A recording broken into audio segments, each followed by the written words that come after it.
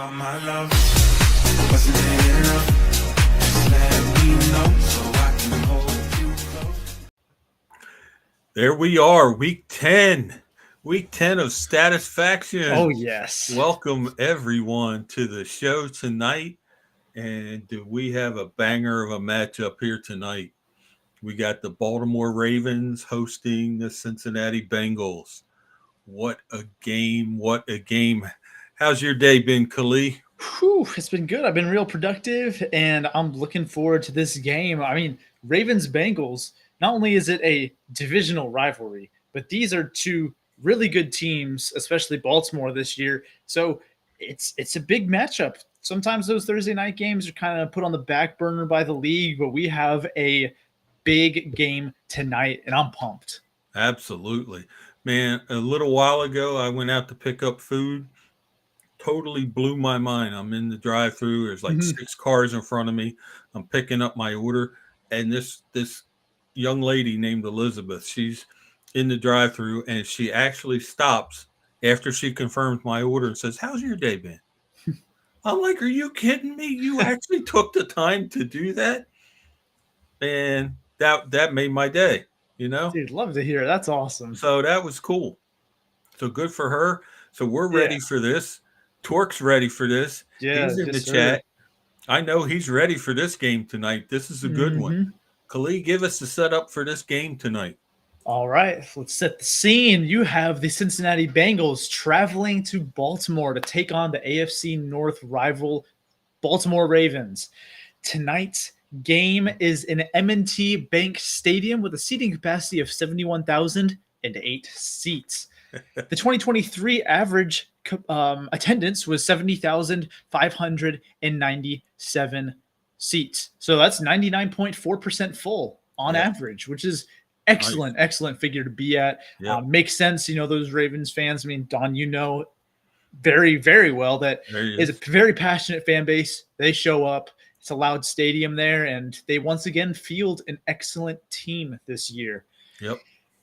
I don't know if I've ever seen a more beautiful forecast for a football game. 58 degrees, no precipitation, and a little bit of clouds. So very nice weather, very cool out there for some Thursday night football action. I don't think you could draw it up any better. Absolutely. And man, I tell you what, it is nice having stadiums and games so close to home. I mean, I am nestled nicely just under an hour from Baltimore and right about an hour from Philly. So I am right in the middle on 95. I am right in the middle of both places. So I get the best of both worlds, my two teams. So I am psyched for this game tonight. Before we go any further, one thing we mention every week, you got to check it out. Our website, eastcoastgridiron.net. If you're not on that every week, checking out what is on there, you are missing out. 𝗕𝘂𝘀𝘀𝗀𝗀 has stuff up there. Tell us what you have, 𝗕𝘂𝘀𝘀𝘀𝗀. Yes, sir. So every week I post an article about the top 15 freshmen in college football all across the country, whether it's a Power 4 school or a Group of 5 school. There are freshman standouts every single week. True freshmen, redshirt freshmen, whatever it may be. The future stars of college football. I write about them in my weekly article called Freshman 15, and I'll also have a weekly video about 2 standout freshmen, one on each side of the ball from the previous week. So that way you can get a little bit more in-depth analysis about who those up-and-coming players are that you need to know of. Absolutely. That is some great stuff.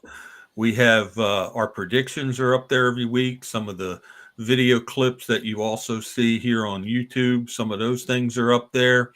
I'm writing articles that are up there. I just had my 6th article go up this week. I got the flight path of the Baltimore Ravens. I have still replacing Ben Roethlisberger. I got Is Love All We Need in Titletown? Got up there Father Time Flacco, An Unexpected Journey. Sam I Am, a Vikings tale.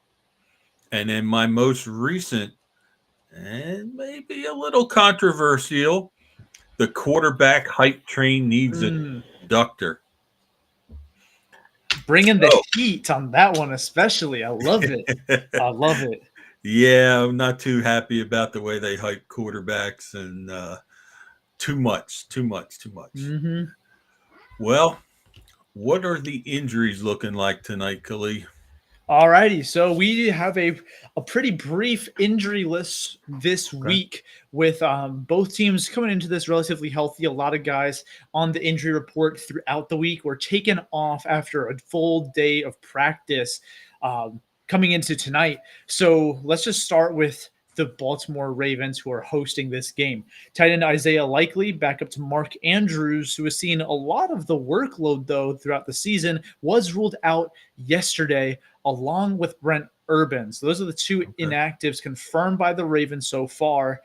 However, they get a key piece in the backfield to rotate in behind Derrick Henry and Keaton Mitchell, who is activated this week after a long stint on injured reserve. So Keaton Mitchell will be ready. If he's unadded in your fantasy leagues, pick him up because he's going to be a good rotational piece who can contribute, especially in those deeper leagues. Now, on the flip side, the visiting Cincinnati Bengals, they have a little bit more of they have a few more key inactives, but a couple other names you might recognize who will be available tonight. Starting with wide receiver T. Higgins, the starter opposite of Jamar Chase, will be out this week, along with star offensive tackle Orlando Brown. He will not be available. And another hit to that receiving core is going to be Charlie Jones. Another weapon for Joe Burrow is not going to be available tonight. However, some key active players, Jermaine Burton, a wide receiver who has had a little bit of a tumultuous and controversial start to his career in Cincinnati, the rookie out of Alabama, will be dressed out tonight in a week where he was seen in a casino by himself. He will be playing tonight. Trenton Irwin, another receiver, will be available, so the losses of T. Higgins and Charlie Jones will hopefully be mitigated with the availability of both Burton and Irwin, and they get help on deadline day at running back. Running back Khalil Herbert, a former Chicago Bear out of the University of Kansas, will be available. Nice. Khalil Herbert is going to be ready tonight, and we'll see how much he eats into that touch share with Chase Brown back there. But there's potential there that Khalil Herbert could emerge as the lead back in that backfield to take some weight off of Joe Burrow's shoulders. Either way, Herbert will be active, and maybe expect quite a handful of touches there tonight. That'll be interesting to see. He's been out for a bit, and on this situation, big stage, I don't know. Everybody in the chat, I know Torque's already checked in, but everybody watching, let us know who's winning. Who do you have winning this game tonight? Do you have a score? Do you have a player that you think is going to do well? Let us know, because we're going to give that to you at the end of the game, the show here. Before the game gets started, we're going to let you know who we think's winning. We're going to throw out a bold prediction for you. So let us know. So we'll see how it goes. All right. 𝗂𝘂𝗧𝗓, give us a start on the numbers today. Of course, this is Statisfaction. It is all numbers. It is all stats. That's all we talk about. Let us know. All right. Well, our first stats are coming from the football database. All time, these two franchises have faced off on the gridiron 58 times. That's probably one of the higher marks you'll see in the league. And the series leader, the Baltimore Ravens, they lead the series by a thin margin of 31-27. So they have that 4-game lead, but out of 58 games, they have a slight edge. Now, at home in Baltimore, the Ravens lead 19-10. So the home field advantage here, you're almost twice as likely to get a win as you are a loss against the Bengals in Baltimore. It is also worth noting on their previous matchup on October 6th, the Ravens had 520 yards of offense to the Bengals' 442. That is true. That is true. Absolutely. Well, some stats I want to give you from that game on October 6th as well. Just some interesting things. Lamar Jackson, well, first of all, not necessarily from that game, but one of his achievements that came out first, he has had 4 perfect passer rating games. Sheesh. He is tied now for the most in the NFL with Ben Roethlisberger. Wow. That is He's pretty breaking it. amazing. He's For going to break somebody, it at some point. yeah, for somebody who so many people say he's a glorified running back, to have a perfect passer rating, 4 of them, wow. Matter of fact, his last 3 games, 102 yards rushing and a combined passer rating of 145.6. He is the only quarterback ever to rush for 100 or more yards and have a passer rating of 145 or better in any 3-game stretch in the Super Bowl era. Oh, my goodness. I mean, he's having quite the year. When they did play, as we mentioned on October 6th, Ravens won that game 41-38. And it was quite a show. Oh, yeah. Shootout right there. Lamar was 26 of 42, 348 yards, 4 touchdowns, no interceptions. Joe Burrow, much more accurate, 30 of 39, 392 yards, 5 touchdowns, but he did have that one costly pick. Jamar Chase, 10 receptions, 193 yards, and he had 2 touchdowns. Also, T. Higgins, 9 receptions, 83 yards, 2 touchdowns, but he is out of the game, as Khalid mentioned. So, are these other receivers going to be able to step up that much tonight? I'm not sure. Well, looking at some of the 2024 rankings as far as these two teams, the Bengals, as far as average offense yards per game and average points per game, Bengals overall have the 17th highest average offensive yards per game as a team. They are overall 17th. Passing, they are 7th. Rushing, they're 27th. Uh-oh. There we go. Khalil Herbert, right? Yep. That's why you bring him in. They are averaging 26 points per game. That is not bad for a team that does not have a very great record. I mean, we're talking average. The Ravens, on the other hand, their offense for yards per game overall, they are first. Passing, they are third. And rushing, once again, they are first. Average points per game, 31. Think about that. 31 points per game so far this season. That's pretty incredible.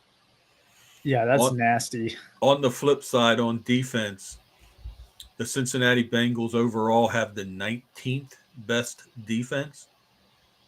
Passing, they're 17th. Rushing, they're 18th. So they're middle of the pack there in that area. But they are allowing 22 points per game. The Ravens, man, these guys are all over the place.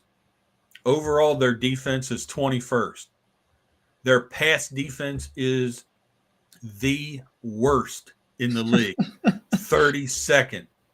But their rush defense is number 1.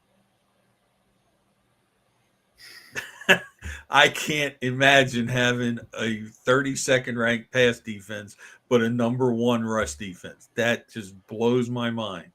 I don't know how that's possible. But they are allowing 21 points per game. Oh, crazy, crazy, crazy. And looking a little further from our friends at StatMuse, we're going to go over some of the 5-year trends. And let's see. Bengals for Thursday night games over the last 5 years. 1-2 on Thursday night. Ooh. But as a road team, they are 0-2. Oh. Uh-oh. Thursday night for the Ravens for the past 5 years. Overall Thursday record 3-2. So a little bit better. But as a home team, undefeated 2-0. Little edge there. Yeah. How about week 10? Maybe the week 10 number is better for both teams. Week 10 over the past 5 years, the Bengals are 0-3. Oh, gosh. But the Ravens, not much better at 1-3. So, yeah. I think the Ravens might have a little bit of an edge there. Just going little off bit. of some of those trends. It's not overwhelming yet. I mean, No. you look through some of these things. Maybe it'll get more overwhelming when we look at some matchups by the positions tonight. Yes. All right. And we're going to jump right into that. All of these stats are courtesy of Pro Football Focus Whoa. Premium Stats. Hang on just 1 second. Oh, yeah, what's up? Torque has the Bengals winning this one? Uh-oh. Why do you like the Bengals winning this one, Torque? Yeah, what do you got? You're going to let have us to know. explain that one. Let us know, Torque. We got to hear a why you PPR got question, and that was answered already, so we're good.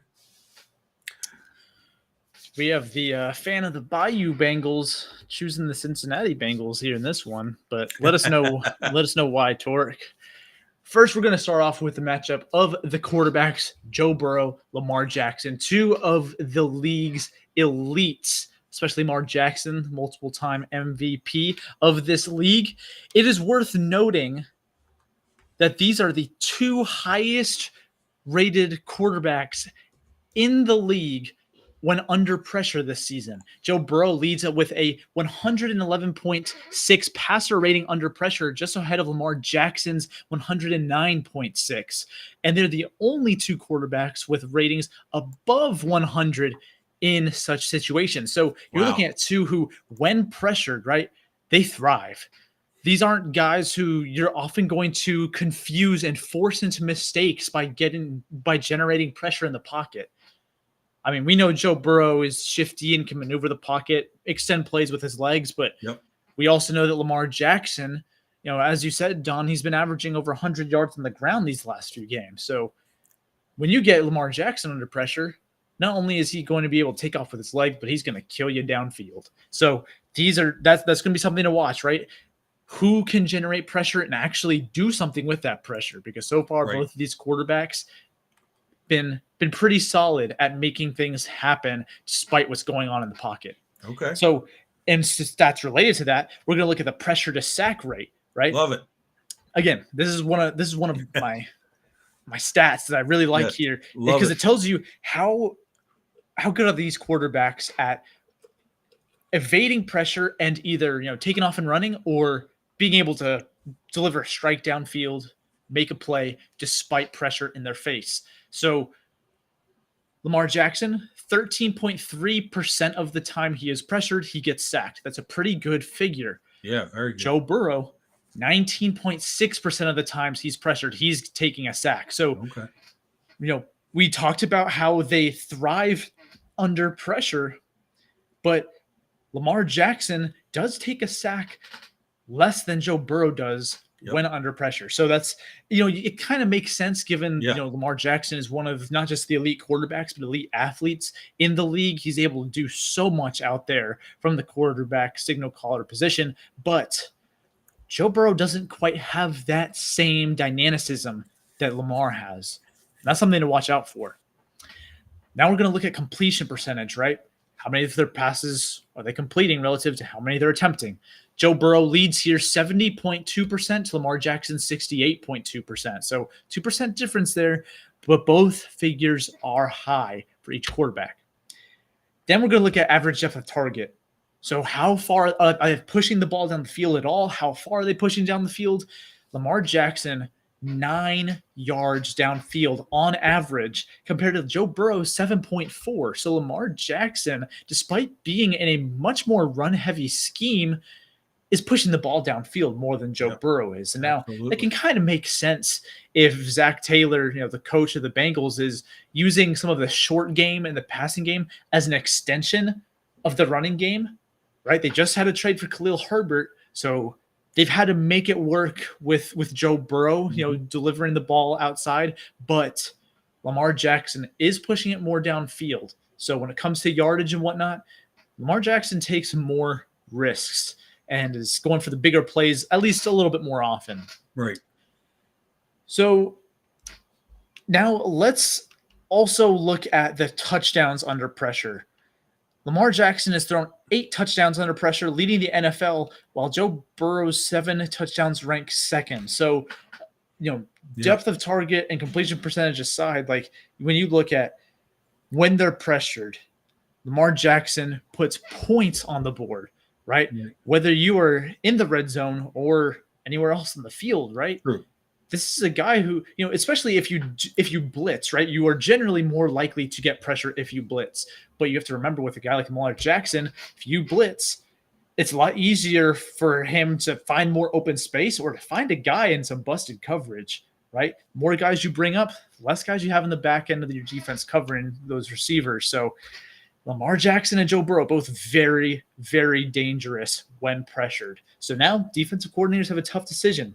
Do you bring the heat? Or do you sit back and force them to, sit in a clean pocket and be patient and try to find something open? Yep. So we'll see what those coordinators have cooked up real soon here, though. And we're going to move on to the running back position. Chase Brown and Derrick Henry. It's going to be a rough comparison at times. Yeah. First, we're going to look at the touchdowns. Okay. Chase Brown has 4 to Derrick Henry's 11. This may not come as much of a surprise, especially because of how often the Ravens run the football and how often the Bengals pass the football, right? Derrick Henry is relied on as a goal scoring or touchdown scoring threat, right? And not to mention, he has that big playability. He's not just, the big guy who will take it in from a couple of yards out. Yep. King Henry is still, in fact, king of this league. Yes. Yards after contact, we'll say the same exact thing, right? Derrick Henry, we the type of player he is. He's a very large human being, and he happens to possess insane speed for such a big guy. And with that, he runs through arm tackles. He runs over defenders. He will push the pile for yards as if he had 3 offensive linemen pushing him all by himself. 607 yards after contact to Chase Brown's 315. That's nearly double what Chase Brown has after contact. And this next statistic is one that I kind of just calculated on my own, but the forced missed tackle percentage. So this statistic, right, is on how many of their runs are they forcing a missed tackle, right? Like, how good are they at, breaking a tackle, not going down on first contact, whatever that may be, making guys miss, right? Chase Brown, 16.19% to Derrick Henry's 19.64%. So Derrick Henry is better at forcing missed tackles compared to Chase Brown, which – again, you may be saying, 𝗕𝘂𝗀𝗏𝗏, that's not much of a comparison. Look at the 2 players. Yes, but we're breaking down for you how dominant Derrick Henry is compared to Chase Brown, who's not a bad running back, right? Exactly. He's solid. Yep. But Derrick Henry is that much better. Yep. That much better. So now we're going to look at wide receiver, where this time, maybe just based off of name brand alone, the Bengals have the edge in Ja'Marr Chase against Zay Flowers, both former first-round wide receivers. Let's look at yards after catch. Ja'Marr Chase, 356 yards after the catch to Zay Flowers, 316. It's also worth noting, though, that Ja'Marr Chase does have a handful more receptions than Flowers. So while Chase does have more yards after catch, Flowers has more yards after catch per reception. So just keep that in mind, right, in terms of volume compared to yards. Okay. But let's look at the catch percentage, because this really is independent of how many targets you get. Ja'Marr Chase, 80.9% catch rate. Wow. Very reliable. Zay Flowers, 73% on the dot. It's not terrible, but obviously it's a whole 8% lower than Ja'Marr Chase. Yeah. So we know that Ja'Marr Chase is one of the more dominant receivers in this league. Don, you mentioned his stat line the last time these two teams played: 10 receptions for 193 yards and 2 touchdowns. Yeah.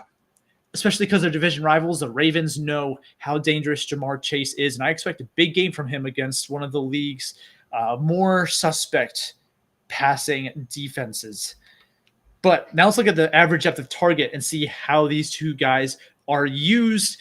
Zay Flowers, average depth of target, 9.6 yards downfield compared to Ja'Marr Chase's 8 on the dot. So Zay Flowers is more of a downfield threat, but of course has that lower catch percentage, which kind of makes sense, right? So it is also worth noting, though, that both these defenses have struggled to contain big passing plays. Baltimore has allowed a league-high 73 explosive passing plays, which is a passing play of 15 yards or more, while Cincinnati has given up 45, the 12th most through Week 9. So already you can see the gap between 1 and 12 is nearly double what 12 is. 73 explosive passing plays, not a good figure for Baltimore's defense to have attached to their name. Ja'Marr Chase, the type of guy to expose that. Now we're going to look at the tight ends, Mike Gesicki and Mark Andrews, two tight ends who are used very, very differently.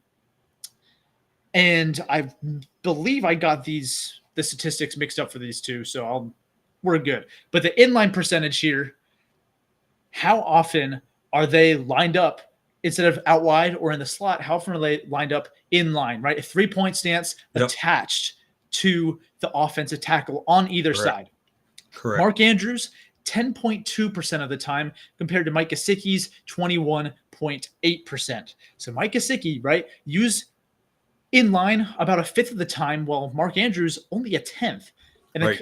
And that kind of doesn't make sense with – oh, wait, no, that is right. I'm so sorry. I'm sorry for misleading everyone. Mark Andrews is 21.8%. Mike Gesicki, 10%. I apologize to everyone. Mark Andrews is used in line a lot more. And when you take into account, right, the running game of this offense and how run-centric they are, it makes sense, right? Because Mark Andrews is a guy, we know, especially anyone who plays fantasy football, how the numbers that Mark Andrews has put up throughout his career, but also he's regarded as a very good blocker as well. And that's why they drafted Isaiah Likely, because one, he needed to learn how to block, but two, he can be used really exclusively as a receiving threat, while Mark Andrews would be this blocking guy, and they could still run 2 tight end sets and feel comfortable with their running game. Mark Andrews used a lot more inline, while Mike Gesicki is more of a true receiving threat, right? And it makes sense too, especially considering how little they run the ball compared to a team like Baltimore. So again, I apologize for any confusion there. Mark Andrews is attached to the offensive tackle, double what Mike Gesicki is. Now let's look at the catch percentage. These two are very similar, which might come as a surprise to some. Mike Gesicki has caught 83.3% of the passes targeted where he is targeted, while Mark Andrews has caught 82.8%. So half a percentage, right? Keep separating these two tight ends. And let's look at the average depth of target. It's surprisingly similar, but Mark Andrews does have the edge at 9.7 yards downfield to Mike Gesicki's 9. So both of these guys, right, when they are used in the passing game, they're very dangerous. They're used downfield, and they are both very reliable. However, Mark Andrews is used more in the running game. Found that very interesting. Again, all of these stats are courtesy of Pro Football Focus premium stats. And Don, let's get into the fantasy outlook for this week. We have some high-profile names out there who are always putting up big points. And like you said earlier, those big names put up massive numbers the last time these two teams played on October 6th. Yep. And thanks for everybody coming through in the comments. Good evening to everyone. And I'm seeing a lot of Joe Burrow's name in there. I really am. I guess a lot of people were leaning towards the Bengals tonight, but we'll see. I'm trying to keep it fair. Back over this shoulder here, I got the Bengals jersey with the McPherson because I am a fan of the kicker. I'm a fan of the last name too. And I have the Kyle Hamilton Ravens jersey on tonight. So trying to give fair representation to both teams tonight. And as we look at the fantasy outlook, these are projected points and projected rankings from NFL.com fantasy for just week 10.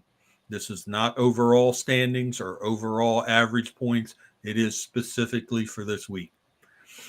Looking at the Bengals first, quarterback Joe Burrow is the 6th ranked quarterback this week projected with 17.96 points.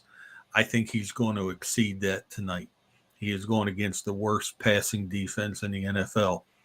I don't think he'll do it by a lot, but I think he exceeds that.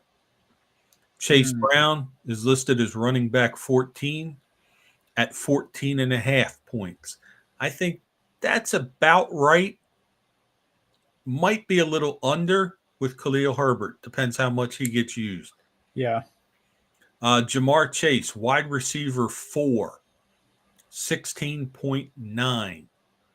Well, here's my take on this. I would say first off the bat, I would think he would exceed that. However, no T. Higgins. We could see a little more double team on Ja'Marr Chase that might shut him down a little bit. I'll just leave it at the 16.9, but I think he'll do a little better, let's say. Mike Gesicki, we just talked about. He is listed as tight end 25 this week, projected 6.27 points. The big guy on the roster, Evan McPherson, kicker number 5, 8.68 projected points. I do think both kickers will be active tonight. Active not only for a field goal or two, but with all the points being scored. Now, the next best on the roster when we got this was before 𝗕𝘂𝗀𝗏𝗏𝗏 got signed, was wide receiver 74, was Andre Iosivas. And he is at 5.29. Bengals defense listed as defense 28, 4.58. So just those several players, if they get their projections, they're at 74.18. Now let's flip over to the Ravens, the home team. Lamar Jackson is listed as quarterback 2 this week, projected at 21.54. I think that's about right. Derrick Henry, running back 3, 18.12. That's an iffy one. Wow. That's just a high mark to begin with. It's hard. I mean, look, if he's able to get a couple touchdowns there, big run or two. Yeah, if he gets a second touchdown, he's definitely above that. I'm not sure on his yardage because with 3 guys on the roster this week, I'm just not sure if he's going to that's going to be close. We'll leave it at that. Zay Flowers, wide receiver 18, 14.38. Mark Andrews, tight end 13, and that is 8.99. Justin Tucker, everybody knows how reliable he is. Kicker number 1 for this week, 9.68. Rashad Bateman, wide receiver 55, 7.63. Baltimore Ravens defense 14, 5.47. Those add up to 85.81. Looking at the actual betting information for tonight, and we are looking at the point spread and where the bets are being placed from sportsbettingdime.com. And we are looking at the point spread, the Ravens 6-point favorites, the over-under at 53 points. Seems a bit ridiculous, but based on what they did before, that is tiny. Yep. So we will see. All right, using that 6-point spread, 54% of the public bets are on the Ravens -6, and 50% of the money is on the Ravens -6. The money line, this is no points involved. This is straight up. 88% of the bets are on the Ravens. 78% of the money also on the Ravens.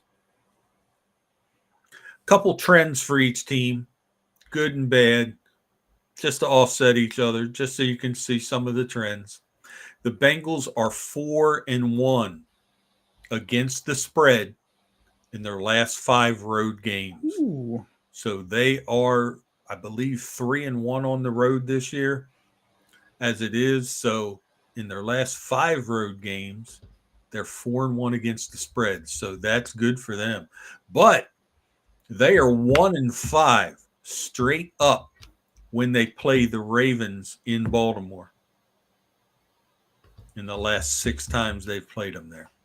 The Ravens are 6-1 straight up in their last 7 games overall, but they are 2-4 against the spread in their last 6 Week 10 games, Week 10 only. So they don't play too well against the spread in Week 10 is what it's saying. That's just kind of a weird stat, but I had to put that one in there. Interesting. Yeah. All right, 𝗲𝘂𝘀𝗀𝗀𝗀, give us some examples of what you could wager on tonight if you decided to do that. Not that we're recommending, Right. but these are out there for everybody to see. Yeah, so if you are a betting man and you happen to have bet ESPN, here are some that maybe you want to look into. On the Bengals side, a $20 bet for Ja'Marr Chase having 125 or more receiving yards, which he did last time against the Ravens, would net $85. $20 bet on Joe Burrow having 325 or more passing yards, which again he did last time against the Ravens, would net you also $85. However, a little bit more of a gamble here, right? Even with the addition of and the fact that 𝗲𝘂𝘀𝗀𝗀𝗀 Herbert is active, if you think that Chase Brown can get 2 anytime touchdowns, $20 down will get you 120 back. Yep. On the flip side, for the Baltimore Ravens, Deontay Johnson having 35 or more receiving yards, $20 down, you get 62. $20 on Lamar Jackson having 300 or more passing yards, which he did last time these two teams played, would get you $92. And with tight end, I like this one. I can't. Oh, yes. With tight end Isaiah likely out. Yep. Next up, tight end 𝗕𝘂𝘀𝗀𝘀𝗀𝗀 from Iowa State. Anytime touchdown, $20 down will get you $120. Yeah, I like that one. a lot. I agree. That's a little bit of a sneaky one there because we know how much the Ravens not only like to rotate their tight ends, but use 2 at the same time. We talked about that with how often Mark Andrews is used as an inline tight end. 𝗕𝘂𝘀𝘀𝗀𝘀, if he's used as a slot guy, could find yourself getting some red zone targets and getting him a touchdown. So those are potential bets if you're looking to make a pretty penny. Absolutely. Absolutely. I like it. All right. M&T Bank Stadium is where the game is tonight. And per Adam Thompson from bookies.com, if you are looking to go to the game as a family of 4, the 4 cheapest tickets, lot parking, 2 16-ounce beers, 2 20-ounce sodas, and 4 hot dogs. Just perfect for a family of 4. Here's what you're going to pay. Total cost for all that, $848.96. And we are talking about the 13th ranked price in the NFL. Staying with that 13th ranking, just the tickets only are $748.46. Lot parking, however, if you try to find something else in Baltimore, good luck. But lot parking, $55.50, 5th highest in the NFL. A 16-ounce beer, just one, $11. That's the 14th highest. 1 20-ounce soda, not bad, $4.50. Yeah, Ranked solid. 30th. And a hot dog, $3.50, also ranked 30th. So they cut you a break on the soda and the dog after having to pay all that money for lot parking. But that's what you could expect to pay at M&T Bank. Khalid, what do you got for us? Oh boy, I got some yummies. So, as recently, the Ravens and M&T Bank Stadium changed, not manufacturers, but they suppliers for their food. They no longer have specific restaurants in the main concourse of M&T Bank Stadium, but they do have, a little village outside with some name brand restaurants. However, they do have, pretty uniform concessions around the stadium, but they have some excellent options. First off, a little bit of a snack here. They have crab pretzels. Now, what's a crab pretzel? Well, it's just a plain old pretzel, but it's shaped like a crab, which I think is just hilarious and awesome. But the thing that goes with it, it has a crab dip with it that just obviously more of a crabby flavor. And as someone who loves the seafood and everything, but I live down here in Texas, I don't have the same access to quality lobster and crab and fish that Baltimore does. So These crab pretzels sound amazing. I would definitely get one because I'm also a big pretzel guy. So this is really, really speaking to me. Next, and it's part of the general concessions, a Pratt Street hoagie. Last week we talked about hoagie rolls. This time in Baltimore, it's got pit beef and crab dip along with cheese and pickled red onions. A nice little hoagie roll. Real classic.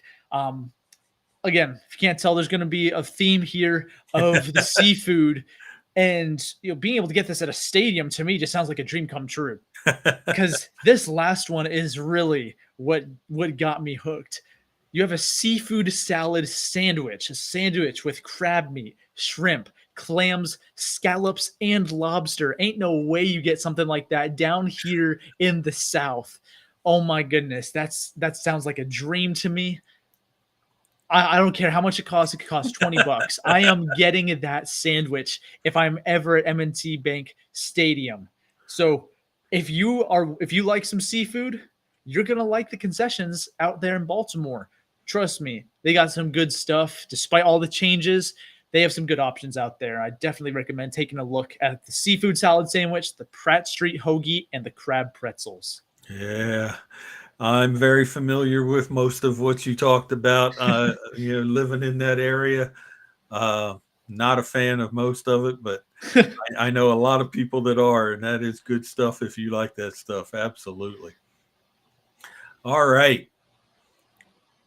It is time for our predictions. Who we have winning the game, maybe a little detail with that, and a bold prediction. So, Khalid.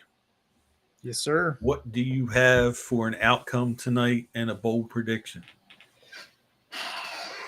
So this game was obviously very high scoring the last time these two teams played in Cincinnati, no less.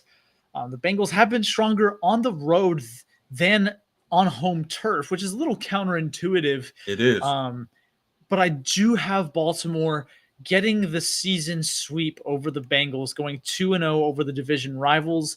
To me, just with T. Higgins being out, especially, I think this really does hurt the passing game. More opportunity, sure, for Jermaine Burton, but I don't know if that's going to quite be enough to make up for the loss of T. Higgins here, despite the potential that Burton has. I think this is going to be another high-scoring one due to the defenses here. I think it's going to be to the tune of like a 38-30 game. So not a blowout, right? 8-point difference there. But I do have Baltimore taking the win here. And my bold prediction, I think Derrick Henry gets 3 touchdowns on the ground tonight. I think it's going to be one of those games where he's going to rip off some big runs, but also he is going to be getting some of those goal line opportunities in the red zone. And I think that he's going to have 3 touchdowns tonight. Wow. That is amazing. And if he does, that is fantastic. I am also looking for a higher scoring game, not as much as the last time, but I do have Baltimore covering the 6, similar to what you have. So I'm going with Baltimore. My bold prediction, instead of a specific player, I'm going to give you an actual wager. I am going to tell you that Ja'Marr Chase has more than 80 yards receiving. All right. I'm going to tell you that newly acquired Deontay Johnson for the Ravens has more than 25 yards receiving. And I'm going to say that Derrick Henry has at least 1 touchdown and Ja'Marr Chase has at least 1 touchdown. So that is my 4-way parlay as my bold prediction tonight. I can see it. I think there's going to be a lot of offense tonight. Yeah, I definitely agree. Well, thank you, everybody, for joining us tonight. And I hope you enjoyed the show. It is unique. It is different. We talk stats. We talk numbers. It is totally weird compared to some other shows. But it is some cool stuff when you try to break down the game, to look at it so many different ways to see what team makes sense for who's going to win. It really makes a difference.